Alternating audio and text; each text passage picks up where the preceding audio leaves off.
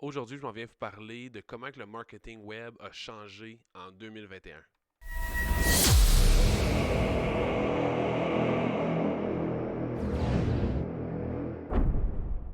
Bonjour tout le monde, mon nom est Maxime Charlebois de C-Focus. En fait, si vous êtes un propriétaire d'entreprise, un travailleur autonome ou vous avez de l'intérêt envers le marketing web, je vous inviterai à vous abonner à la page. Puis si vous aimez le contenu que vous voyez, vous trouvez qu'on vous donne beaucoup de valeur, je vous inviterai à cliquer un petit like sur la vidéo. C'est quelque chose qui va extrêmement nous aider. Le sujet du vidéo d'aujourd'hui, c'est de comment que le marketing web a changé en 2021 versus toutes les autres années. Chez C-Focus, on prône beaucoup par la formation. On demande à toute notre équipe de faire de la formation à tous les semaines. Et dans les dernières années, toutes les statistiques démontraient que ça prenait entre 7 et 15 points de contact avec votre client potentiel pour générer une action concrète. Donc, d'obtenir le courriel de la personne, de faire une première vente sur votre site web ou de même de prendre une rencontre avec un de vos vendeurs. Avec les nouvelles formations qu'on a en 2021, les statistiques démontrent que ça prend plus que 30 points de contact avant de générer la même action concrète de votre client potentiel. Donc, un point de contact, c'est les gens vous ont vu dans un événement, ils vous ont vu passer dans le fil d'actualité, ils ont vu un témoignage de votre entreprise ou d'un de vos produits, etc. C'est des points de contact avec votre image de marque avant que la personne fasse une action concrète. Fait qu'on doit revoir un peu notre campagne, nos stratégies marketing pour les faire passer à travers plusieurs étapes avant de générer notre vente et de maximiser la valeur client. C'est les gens aujourd'hui, avec la pandémie, toutes les entreprises, ils ont commencé à faire des campagnes sur le web, ils ont commencé à se positionner avec des boutiques en ligne, ils ont commencé à faire de la publicité sur le web. Donc, le client potentiel voit beaucoup, beaucoup de publicité. Donc, c'est important de venir créer la confiance avec votre client potentiel avant de générer la première achat. Donc, sur ce, je vais vous montrer un petit peu notre nouveau plan marketing, puis comment que ça fonctionne pour passer à travers les étapes d'un parcours client, comment faire passer d'un client à l'étape 1, à l'étape 2, à l'étape 3, à l'étape 4, jusqu'à maximiser la valeur client, puis de faire en sorte que votre client qui est satisfait, je vous génère des nouveaux clients. Donc, je vais partager mon écran à l'instant, ça ne sera pas super long. Donc, vous voyez mon écran. Nous, on compare souvent le parcours d'achat client au mariage. Vous allez rire, mais si vous rencontrez une fille, par exemple, vous êtes un gars, vous rencontrez une fille dans un bar, c'est la première fois que vous la voyez, vous n'avez aucune idée c'est qui. Là, vous allez la voir, puis vous la demandez en mariage en partant. C'est certain qu'elle va se sauver par la porte, puis vous n'allez pas avoir le oui. Fait que c'est un peu le même principe avec des campagnes marketing sur le web. Il ne faut pas demander en mariage trop vite. Des fois, je vois des entreprises qui font de la publicité, que ce soit traditionnel ou sur le web, puis ils promouvoient leur grosse offre de service. Il y a une entreprise qui était dans nos formations qui vend de la formation en soi à des entreprises, puis ils vendaient sur le web à des clients qui ne connaissent pas l'entreprise, son gros offre de service à 5 000 la formation. Mais si la personne ne te connaît pas, elle n'a aucune idée, elle n'a pas confiance en toi, puis là, tu essaies d'y vendre un produit à 5 000 en partant, c'est certain qu'elle va te dire non, tu demandes en mariage trop vite. Donc, il faut passer à travers des étapes de demander son nom, aller prendre un café avec la personne, aller souper avec la personne. Là, il y a des étapes à passer jusqu'à l'étape de demander en mariage. Fait que je vais vous montrer un peu les mêmes étapes, mais pour votre entreprise, puis générer des clients sur le web. Il y a 5 étapes vraiment importantes. Je vais passer à travers chacune des étapes avec vous aujourd'hui. Pour la première étape, on est à l'étape positionnement puis attention. Ce qu'on doit faire à cette étape-là, c'est avoir un site web qui vend en ligne. Si vous êtes une entreprise qui est pignon sur rue, qui vend des produits physiques, vous devez aujourd'hui, en 2021, avoir une boutique en ligne. Si vous êtes un restaurant, puis vous ne vendez pas en ligne votre menu pour les pick-up, pour la livraison, mais vous allez vous faire détrôner par tous vos compétiteurs ou par les gros brands comme Uber Eats, DoorDash. Eux, ils vendent en ligne. Tu as une bonne expérience quand tu passes à travers ces applications-là. Fait que vous, si vous êtes un restaurant puis vous ne donnez pas la même expérience ou les mêmes options, vous allez perdre, vous allez laisser de l'argent sur la table. Il y a l'étape aussi de prendre une rencontre en ligne avec vos vendeurs. Si, il y a des gens qui vont me dire, ben Max, moi je vends des services, je dois rencontrer mon client pour faire ma première vente, mais il faut mettre en place sur votre site web un lien pour prendre une rencontre directement dans votre agenda versus de remplir la personne vient sur votre site web, elle remplit un formulaire de contact, puis elle reçoit un retour dans les 24 heures qui suivent. Elle a peut-être déjà communiqué avec ton compétiteur, elle a déjà pris une rencontre avec ton compétiteur, puis tu viens de perdre ton deal. Si sur votre site web, vous avez un bouton avec connecté avec son agenda, l'agenda d'un de vos vendeurs, la personne clique le bouton, réserve le moment, réserve l'heure, puis boum, dans la tête du client, mais il y a déjà une rencontre décidulée, fait il y a moins de chances qu'elle aille voir vos compétiteurs. L'autre chose de l'étape de positionnement, c'est vos médias sociaux et votre page Google Mon Entreprise. C'est important d'avoir des bons médias sociaux bien faits, avec la photo de profil de tous les médias sociaux, que ce soit esthétiquement beau, toutes les options soient bien remplies, que dans votre page Google Mon Entreprise, vous avez mis tous vos services, les heures d'ouverture, etc. C'est tout bien rempli. C'est vraiment, vraiment important. C'est quelque chose qu'on fait une fois, puis que ça va nous aider tout au long de nos campagnes marketing. Parce que si ça, c'est pas bien fait, vous n'avez pas une bonne boutique en ligne, ou l'expérience sur votre boutique en ligne, quand j'essaie d'acheter quelque chose, ça bloque, ou je peux pas prendre une rencontre avec vous en ligne, bien, toutes vos actions marketing que vous allez faire vont bloquer à la première étape. Fait que c'est important de les mettre en place. La dernière chose, c'est les répertoires d'affaires. On connaît TripAdvisor, on connaît Facebook, Page Jaune, il y a une quarantaine de répertoires d'affaires au Canada qui sont importants.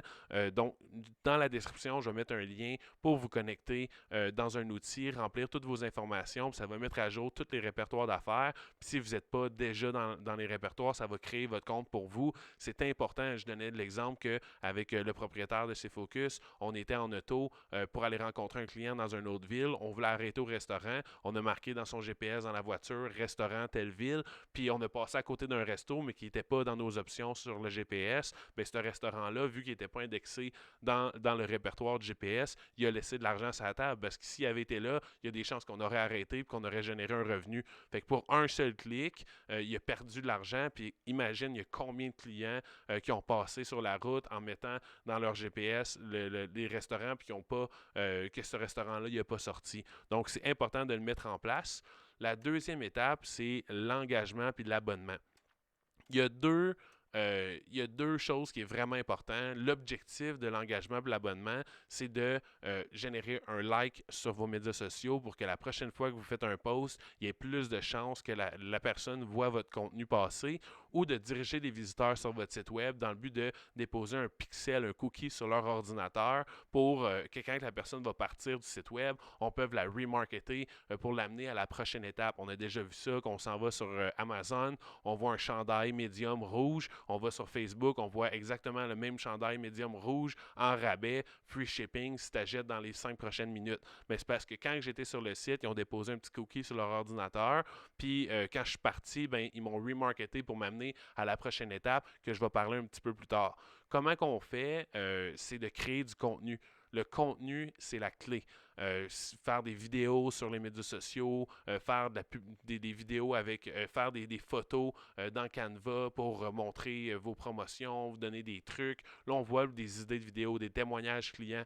Donc, si vous avez des clients satisfaits, faites une vidéo avec votre client, puis postez-le sur vos médias sociaux. Vous êtes un restaurant, le client il mange dans votre restaurant ou il est à la maison, puis il a reçu son lunch, mais mettez en place que le client peut prendre une photo de son repas, puis vous taguer sur Facebook en disant qu'il est content. Des témoignages clients, c'est vraiment, vraiment fort au niveau du marketing parce que c'est un client satisfait qui est dans la même place que votre client potentiel, qui voit qu'il est content, mais il y a des chances qu'il fasse affaire avec vous. Des conseils, des Q&A, donc répondre à des questions, des comment faire. Tu sais, aujourd'hui, je vous montre exactement tous nos trucs, même je vous donne des conseils. Je vous donne dans le but de vous amener éventuellement à la prochaine étape. Donc, cette étape-là est vraiment, vraiment importante où on va amener les visiteurs sur le site web, on va déposer le cookie. Puis, on voit souvent sur les sites web des trucs en échange d'un courriel, des trucs gratuits en échange d'un courriel. Donc, on va sur un site, sur Expedia par exemple, puis là, on voit le voyage, il est à 1100 $. Là, il y a un petit pop-up ou un chat qui pop qui dit donne-moi ton courriel, puis je vais t'avertir aussitôt que le voyage il tombe en bas de 1000 $. Mais la personne, l'entreprise ne te demande pas de faire un achat, mais elle te demande de donner son courriel en échange de elle va t'avertir quand le prix va baisser, où il y a plusieurs types d'incitatifs comme ça, quelque chose de gratuit qu'on donne en échange du courriel.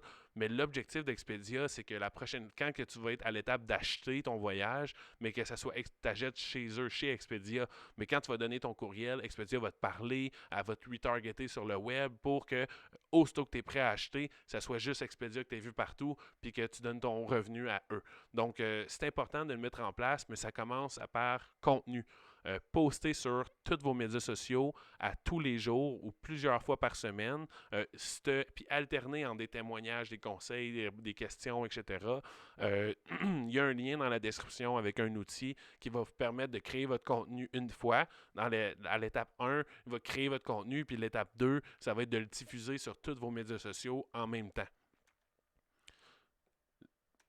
La troisième étape, c'est l'étape conversion et excitation. Qu'est-ce qu'on doit faire? C'est créer une première vente, mais avec une vente raisonnable. Donc, quelque chose, une offre irrésistible qu'on appelle chez C-Focus. Si on vient à mon exemple tantôt de la personne qui fait des formations avec une offre à 5000 $, bien, la première vente, là, lui, il s'est bien positionné pour vendre en ligne sur son site web. Il a commencé à créer des vidéos pour promouvoir sa formation, donner des trucs par rapport à son domaine. Puis là, il vous amène vers faire une première achat, mais il ne peut pas vendre sa formation à 5000 $ en partant. Il doit avoir un free trial, il doit avoir un bride de sa formation à 5000 $, mais à 99 $ dans le but de générer une première vente et créer la confiance avec un client. C'est comme demander en date la fille que vous avez rencontrée au bar. Ben, la date, tu ne demandes pas en mariage tout de suite, tu vas demander en date d'aller manger avec elle pour créer la confiance avec la personne dans le but d'aller plus loin éventuellement. Mais c'est la même chose avec votre client. Donc, il faut trouver la meilleure deal que vous êtes capable de faire, la meilleure promotion que vous êtes capable de faire pour votre premier achat. Donc, que ça soit des fois une conversion pour une entreprise de service, c'est une rencontre avec un vendeur, c'est un engagement de temps. Donc, c'est comme une conversion.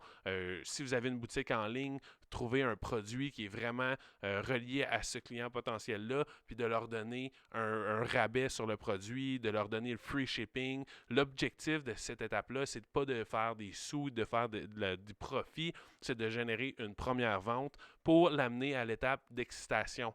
Donc, nous, on a une boutique, on travaille avec des boutiques en ligne pour des produits de perte de poids, par exemple, mais tu vas acheter un package de 6 boîtes de produits de perte de poids, puis quand tu vas le recevoir à la maison, on va peut-être t'avoir donné une boîte de plus en cadeau. Donc, tu ne t'attendais pas à ça, tu reçois ton produit chez vous, tu ouvres la boîte, puis tu as un cadeau supplémentaire. Tu viens de créer une excitation avec ton client. On a généré notre première vente. Une fois que la personne a reçu le produit, on a généré une excitation parce qu'on lui a donné plus que qu'est-ce que le client s'attendait. Amazon fait ça avec la livraison rapide. Je pense à une entreprise, Five Guys aux États-Unis, c'est un peu un compétiteur à McDonald's ou Burger King, mais eux, ils vont donner un scoop de frites supplémentaires. Fait que c'est aussi simple que ça. La personne, elle passe au drive-thru, elle prend un trio avec un sandwich, puis en trio, puis elle va recevoir son sac, puis elle a comme reçu un scoop de frites supplémentaire. Elle ne s'attendait pas à ça, fait qu'on crée une excitation. Un restaurant qui vend son menu en ligne pour la livraison chez un client, mais donner une sauce de plus, des sauces maison là, dans un bon format, donnez-leur ça ou donnez-leur un produit supplémentaire qu'ils ne s'attendaient pas à avoir, mais vous allez générer votre première vente, puis après le client va être content d'avoir acheté chez vous. La prochaine fois qu'il veut faire un achat similaire, il va penser à vous pour faire l'achat. Donc l'expérience d'achat est extrêmement importante, surtout à la première vente, parce que vous n'avez pas nécessairement fait vos profits, parce que vous avez vendu un produit à rabais. Donc avoir une bonne expérience pour l'amener à la prochaine étape, c'est primordial. Donc si on regarde la quatrième étape, c'est l'ascension puis les ventes supplémentaires. Techniquement, c'est là qu'on fait notre cash. Si on prend les étapes, il faut l'amener vers un client mensuel ou l'amener vers un upsell. Fait que par exemple, on a une boîte de galettes pour des barres protéinées. Ben, quand tu vas ajouter la boîte de barres protéinées au panier, ben, on va te dire hey, on a un package pour si tu achètes 6 boîtes, ben, tu en payes pour 5. Fait que tu as un rabais si tu passes à 6 boîtes ou à 5 boîtes, tu en payes pour 4. Fait que tu vas amener le client à, au lieu de faire l'achat d'une boîte de 15 $, 20 pour une seule boîte, mais tu vas amener ton produit à 100 ou à 80 $ parce que tu vas y vendre plus de produits, mais tu vas lui donner un rabais vu qu'il en a acheté plus. Ou on a des cross-sell. Fait que je vais vous montrer un petit peu plus loin de Tim Hortons qui vont vendre un cup à café dur. Ben, au lieu que tu achètes ton café à 2 $ au Tim Hortons, ben, ils vont te vendre un cup supplémentaire à 10 $. Fait qu'au lieu que la facture soit 2 $, ils t'amènent vers une facture à 12 $, ou l'amener vers des ventes mensuelles. Par exemple, les gens qui font de la perte de poids, ils vont faire une perte de poids sur 3 mois, 6 mois, 1 an.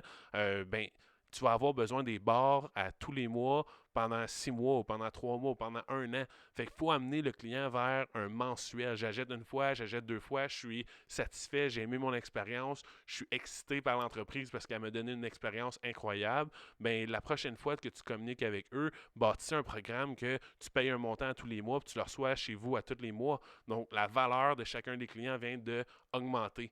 Une entreprise qui le fait super bien, c'est McDonald's, qui ont été un peu des précurseurs de la valeur client amener vers un trio. Fait que tu achètes un produit, est-ce que vous voulez l'avoir en trio? C'est 3 $, 3 $ et 50 de plus. Pour des produits que cost coûte vraiment des peanuts, une frite ou avec une liqueur, ça coûte vraiment rien à Amazon, mais ils vont te charger à Amazon, à McDonald's, mais ils vont te charger 3 $, 3 $ et 50 de plus. Donc, ils viennent d'augmenter la facture de chacun ou d'un pourcentage de clients qui vont acheter de 3 $, 3 $ et 50. Fait qu'imaginez sur le nombre de clients par jour ou par semaine ou par mois qui passent, le nombre de personnes qui ont pris des trios, à quel point que leur chiffre d'affaires et leur marge de profit viennent d'augmenter. C'est là qu'ils font leur argent, ou avec le chausson, ils vont te charger 1-2 $ pour le chausson, mais au lieu que ça te coûte 10 $ ton trio, ben ça va te coûter 11 $, 12 $ ton trio. Fait qu'ils viennent encore augmenter la valeur client avec des produits qui ont des grandes marges de profit. On voit avec Tim Hortons que je vous parlais un petit peu plus tôt dans la vidéo, avec des cups à café durs, ben ça coûte 10 $ et plus ces cups à café-là quand tu la jettes au Tim Hortons. Puis en plus, ils te disent, ben, si tu reviens au Tim Hortons avec ces cups-là, ben, tu vas avoir un rabais sur ton café. Fait que tu fidélises ton client à revenir toujours chez vous pour acheter ton café parce que tu lui as vendu à la première fois un cup à café de plus à 10 $. Donc, on a augmenté la facture de l'achat lorsqu'on a vendu le cup à café difficile, dur, et on fidélise le client parce qu'ils vont venir chez nous à toutes les fois qu'ils veulent avoir un café, ils vont faire le petit détour pour venir chez Tim Hortons. Puis ça fait de la publicité pour Tim Hortons partout où tu vas parce que tu as le cup à café dans tes mains. Fait que c'est vraiment important de mettre en place les upsells. Fait qu'il faut, de votre côté, déterminer c'est quoi la première achat qu'on veut, c'est quoi la première vente qu'on veut faire à notre client potentiel qui n'a jamais acheté chez nous, quelque chose qui est une offre irrésistible, quelque chose que le client, là, il ne peut pas refuser. C'est impossible de refuser. Puis par la suite, il faut se dire, c'est quoi les upsells possibles ou cross-sells possibles, ou est-ce que je peux amener ce produit-là vers un mensuel?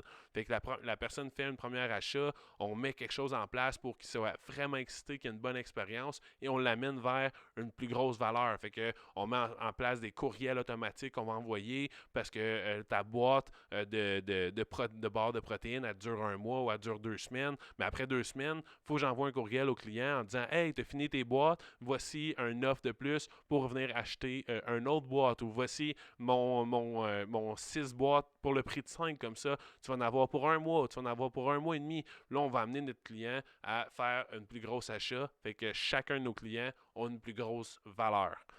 Une fois qu'on a le client, on a maximisé la valeur de chacun des clients. On veut l'amener à l'étape promoteur et affilié. Puis c'est là que la magie se passe, puis que tout le parcours client vient prendre son sens. L'étape promoteur et l'étape affilié, c'est de générer des reviews. Ça, c'est l'étape numéro 1. Si j'ai acheté chez vous, j'ai eu une bonne expérience, j'ai acheté plusieurs fois par la suite parce que j'ai eu une bonne expérience, puis je suis content. l'entreprise communique avec moi, me demander c'est quoi mon expérience, comment j'ai trouvé ça, puis je lui réponds que je suis satisfait, il faut automatiquement que tu m'envoies un message en me disant Hey, viens me donner un review sur mon produit ou sur ma page Google Mon Entreprise. C'est vrai.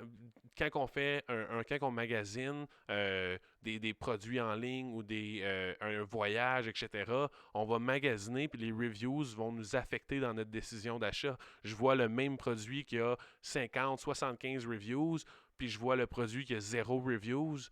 Même si le produit qui a 50 reviews est peut-être même un peu plus cher, je vais être porté à acheter le produit à 50, 70 reviews parce que j'ai plus confiance en ce produit-là. Je vais aller chez un physio, je vais marquer physio avec la ville dans Google, je vois les deux compétiteurs, un qui a 100 reviews, puis l'autre qui en a 10. Automatiquement, je vais appeler celui qui a 100 reviews en premier parce que j'ai plus confiance en cette entreprise-là, parce que c'est des êtres humains qui ont été satisfaits, qui sont venus marquer des reviews.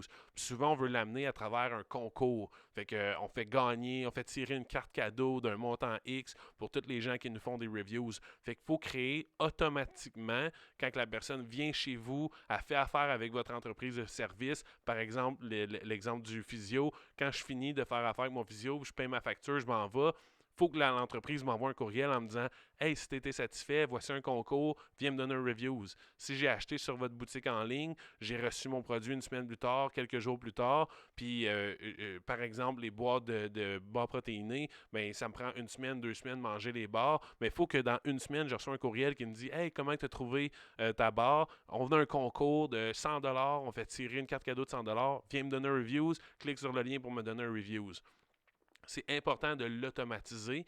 La dernière étape, c'est l'étape promoteur. Donc, il faut faire en sorte que vos clients satisfaits fassent la promotion pour votre entreprise. Fait que c'est là qu'on vient rentrer avec un programme de ristourne. Fait que je vais donner un code promo à mon client pour qu'il promouvoie l'entreprise sur ses médias sociaux, puis que les gens qui vont cliquer sur son post pour aller vers mon site web, ils vont avoir un rabais avec le code promo. Et en plus, je vais donner une commission à mon client comme ristourne parce qu'il m'a amené un nouveau client. Aujourd'hui, là, les programmes affiliés comme ça, c'est de plus en plus important. C'est comme on a une cliente qui est un salon de coiffure. Elle a bâti son salon il y a une quinzaine d'années où que la technologie était moins avancée, mais elle a bâti pratiquement 100% de sa clientèle avec un programme promoteur comme ça. Elle avait un client qui venait se faire couper les cheveux. La cliente est super contente, mais elle a donné une petite carte dans ce temps-là pour dire Hey, réfère-moi une cliente, puis je vais te donner un montant X de rabais sur ta prochaine coupe. Fait que la cliente, elle partait, était super contente, elle a parlé à ses amis pour la référer vers le salon, puis le salon a bâti sa clientèle comme ça. Fait que si vous avez une entreprise de service, prenez quelque chose, faut penser à soit une ristourne, soit un cadeau si tu nous réfères quelque chose, des trucs comme ça, soit un rabais sur ma boutique en ligne si tu me réfères quelque chose. Il faut falloir penser un peu au bon programme promoteur, mais c'est ce qui fait en sorte que ça va réattirer l'attention. Si j'ai un client satisfait, si on revient là à mon parcours client, j'ai un client qui a acheté chez nous, on recommence à l'étape 1. Je me suis bien positionné pour vendre en ligne, puis je commence à attirer l'attention en créant du contenu sur mes médias sociaux. J'envoie des visiteurs sur mon site web à l'étape abonnement. J'envoie des visiteurs sur mon site web. Je dépose un petit cookie. Je le remarket sur le web avec une offre irrésistible. Fait que dans l'exemple du physio, je vais donner une consultation en ligne, la première consultation gratuite, etc. Mais là, la personne qui est venue sur mon site, je le remarket sur les médias sociaux en donnant mon offre irrésistible. La personne prend une offre, donc à prendre en compte avec vous pour aller se faire traiter. Elle arrive dans l'entreprise, on met quelque chose en place pour créer de l'excitation supplémentaire. Fait qu'on lui donne un cadeau à la fin, on lui donne quelque chose de plus pour qu'elle soit contente. On va la rappeler par la suite pour qu'elle revienne chez nous pour plusieurs fois parce qu'un traitement chez un physio, c'est rare que ça se traite en la première session. On va augmenter la valeur client. Puis une fois que le client est satisfait, on lui parle de donner, de parler sur les médias sociaux, de nous référer, puis on va lui donner une ristourne, on va lui donner un cadeau, on va lui donner un montant, une carte cadeau en échange d'une référence. bien, la personne qui est mon client va publier sur les médias sociaux, va parler dans son entourage. J'ai fait affaire avec tel physio, je suis vraiment satisfait, je vous conseille vraiment d'y aller. Mais là, elle vient de attirer l'attention pour vous. Fait qu'on vient d'automatiser notre processus du parcours d'achat client parce que les gens qui vont voir le post de votre client, ils vont aller sur votre site web, il y a un cookie qui va être déposé sur leur ordinateur, ils vont retourner sur Facebook, vous allez leur remarketer avec une offre irrésistible, la personne va faire un premier achat, puis bam, on commence à automatiser notre parcours client. Fait qu'il faut mettre en place un rapport. C'est vraiment important de... je vais juste mettre ça ici. C'est vraiment important de mettre en place des rapports pour suivre un peu la performance de chacune des étapes. Ça a l'air beaucoup, mais il faut y aller une étape à la fois. Ça va bien se passer. La première étape que je vous suggère de penser, ça va être l'étape conversion. Donc, c'est quoi la première vente que vous allez faire? C'est quoi soit la première rencontre? C'est une rencontre gratuite? C'est un produit pas cher? C'est un code promo etc. Puis par la suite, mettez en place chacune des étapes. Mettez un rapport en place pour suivre, OK, il y a eu combien de visiteurs qui sont venus sur mon site web pour mon offre avec ma première vente, puis il y a combien de personnes qui ont acheté. S'il y a un petit pourcentage qui ont acheté, mais il y a beaucoup de gens qui sont venus sur le site, probablement que votre offre n'est pas bonne. C'est pas assez une offre irrésistible, fait qu'il va falloir changer notre offre, rebrainstormer, retourner à la planche à dessin, puis rebrainstormer sur une meilleure offre. Puis là, on a notre upsell, fait que notre vente supplémentaire. Bien, si la personne elle la jette chez vous une fois, puis elle ne revient plus jamais, mais il faut savoir ça parce que probablement que soit elle a eu une mauvaise expérience quand elle a acheté chez vous ou votre offre pour générer une nouvelle vente ou vers le mensuel ou vers le cross-sell, c'est pas intéressant. Fait qu'il faut revoir un peu ce processus-là et etc. Si vous envoyez des courriels aux gens puis il n'y a personne qui vous donne de reviews, mais probablement que votre concours n'est pas assez agressif, peut-être que les gens n'ont pas aimé votre texte. Va falloir repenser un peu à chacune des étapes. Fait que je vais faire dans les prochaines vidéos, passer une étape à la fois en détail avec tous les détails supplémentaires comme sur comment les mettre en place. Mais je voulais vous montrer un peu le big picture sur comment que le marketing en 2021 a changé. Regardez dans la description, j'ai mis des liens avec tous les meilleurs outils dans chacune des étapes. Puis sur ce, je vous dis aux prochaines vidéos.